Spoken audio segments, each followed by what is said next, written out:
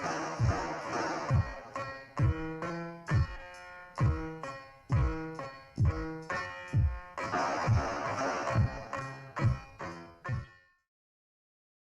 everybody, welcome back to Video Game. So, taking on a fun and interesting episode for you guys this evening because over the weekend I received an email from the Super Sega team, and I'm sure a lot of other channels and news outlets did as well, talking about prototypes coming in October as well as a pre-order campaign for the device.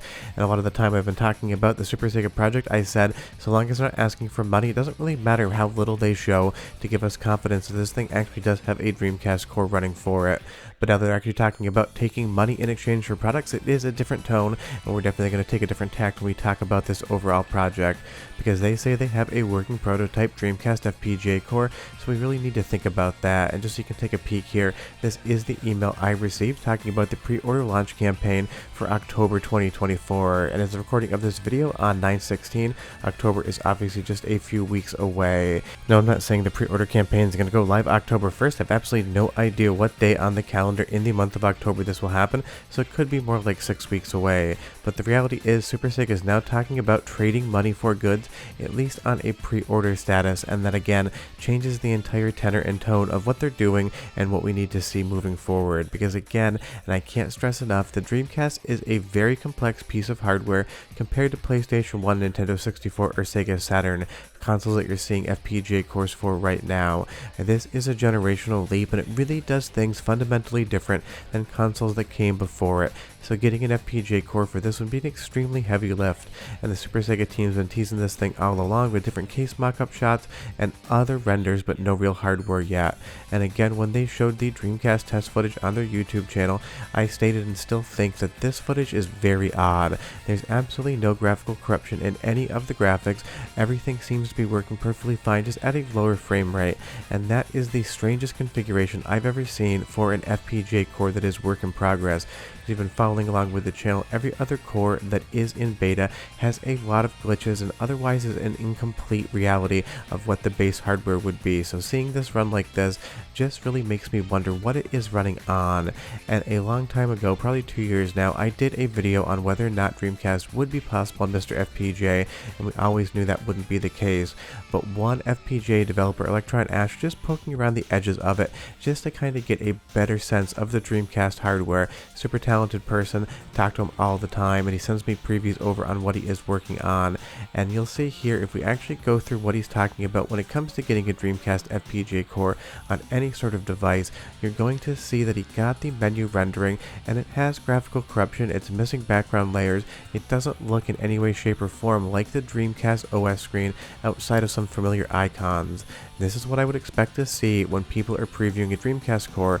Even if it is further along in development, you would expect to have shots like this and see certain things. You'll see here that is a taxi from Crazy Taxi in some Verilog tests rendering something, but it definitely doesn't look like in-game footage, and that is why it is so strange that the Super Sega team is showing you Dreamcast footage that looks like it is perfection, except for the fact that it's running at an improper frame rate and seems to be dropping frames all over the place. So I'm just not quite sure what to make of that.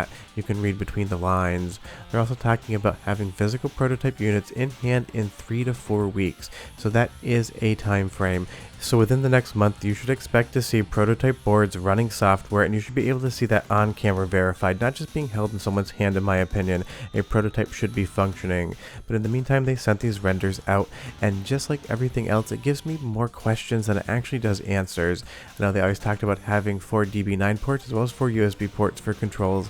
That makes perfect logical sense. Nothing really there confounds me or confuses me, but it's when we actually get into the top-down board photos that I have more questions than I get answers from it. It is possible that the render just isn't complete, but we'll talk about that in a moment when we actually get to it. Around the backside, you're going to see pretty simple setup as well. 2 HDMI ports, you're going to have 2 more USB ports, a barrel jack in, and then just a little heatsink off what is probably the audio amplifier. Those things get hot, so having a metal heatsink on them is pretty much standard for the cores when it comes to electrical engineering and setting up boards. But as far as what the rest of these tall monolithic black slabs are here, absolutely no idea. Maybe capacitors, maybe something else. It really is indecipherable.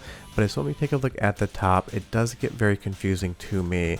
You'll see the same things we've looked at before, but what really does draw my eye are the little capacitors on the left hand side of the board. There's only like maybe a dozen of them across this entire thing. I would expect to see a lot more on the surface of this PCB. Maybe they have not put them there, assuming that is going to be the FPGA chip. No clue what any of these other chips are. I'm sure one's going to be for HDMI management, and there's probably going to be some I/O chips on there as well. But this board really is devoid of a lot of components. You have two capacitors there, you have one heat sink chip, and then like a dozen resistors. That just doesn't make any sense to me whatsoever. And as far as what this big body chip is here, absolutely no clue. Maybe it's a Wi-Fi adapter. It is not demarcated on these renders, so I have no idea. I can just kind of guess at what's going on here. But again, the lack of resistors really makes me question what exactly it is I'm looking at. If we take another view here, you'll see the exact same thing, as well as those three cartridge ports for the three different cart systems it would take. Like I said, I'm highly assuming this must be some sort of Wi-Fi module. Looks like it has a little metal shield on the top, so that is just my guess. But if that FPGA chip is to scale, then I have no idea how any other chip on the board would be that massive. We're talking about something that would probably be half a coaster size if you made it square. And if you take a look at something like Taki Udon's new MiSTer Pi with an FPGA chip, look at all of the surface mount components that you have on the board. There's probably 30 to 40 different chips here. So the fact that Super Sega has these renders just with about 12 different resistors and 2 capacitors, again, it just doesn't really answer anything other than raise the question, where are the other components? What am I looking at whatsoever? And that is something the team's definitely going to have to answer in show and prototypes, because again, it just does absolutely confuse me. Leave me your thoughts down below, but for me, it just feels like somebody laid up some chips in a symmetrical fashion on their board. And if we take a look at the bottom of the MiSTer Pi, very similar to the Triassic DE10 Nano again, you're going to see probably 50 to 60 different small surface mount components under the board. That is what I would expect to see when I saw renders of a prototype board. And that's just not what we're seeing here with Super Sega. But now to the big pink elephant in the room. They are going to look for a $3 or €3 pre-order, and they're guaranteeing 30% off the price, expected to be 300 to 350 euros. And this pings two very big radars and warning signs in my head, and because I just care about you and what you're ordering, not about any company, we will talk about them. First off, they say they're using an AMD Vertex UltraScale Plus FPGA chip. I cannot find a part on the market that would be able to satisfy this price range in any way, shape, or form. Now, of course, the development boards always start high, in this instance about $9,000, but even if you go down the line to these smaller cut-down dies, I just don't see a Vertex piece being available at the price point they're talking about, and that is just not something that I can answer. And it's not just the Vertex that they need to get on there. Every other component, the entire BOM or bill of materials, has to be profitable enough for them to sell that at 300 to 350 euros. And again, I just cannot find any sort of component distribution that would allow that to actually be financially possible. They'd be selling it at a massive loss, kind of like how Sony or Microsoft sell their consoles at a loss and make up the numbers with sales of games. Secondarily, sure, $3 is just $3, but when you enter into a pre-order agreement, you're really giving the company permission, when they want to authorize your credit card for the remainder of the balance and ship you something in the mail. Now, for me personally, when this thing opens up for a $3 pre-order, I will put it on my business card and I will see what happens. But I also get a video out of it no matter what happens. But for you, the average viewer of the channel, the average FPGA retro gaming enthusiast, would I recommend you give them $3 and the permission to charge your card the balance when this device is ready, if it ever is ready? I would not recommend you do that whatsoever, because every single bit of evidence they provide, and I use evidence in air quotes even though you can't see me, raises more questions than it actually provides answers. And if you see a prototype in October, it better not be a single photograph on a table of a PCB with some chips on it.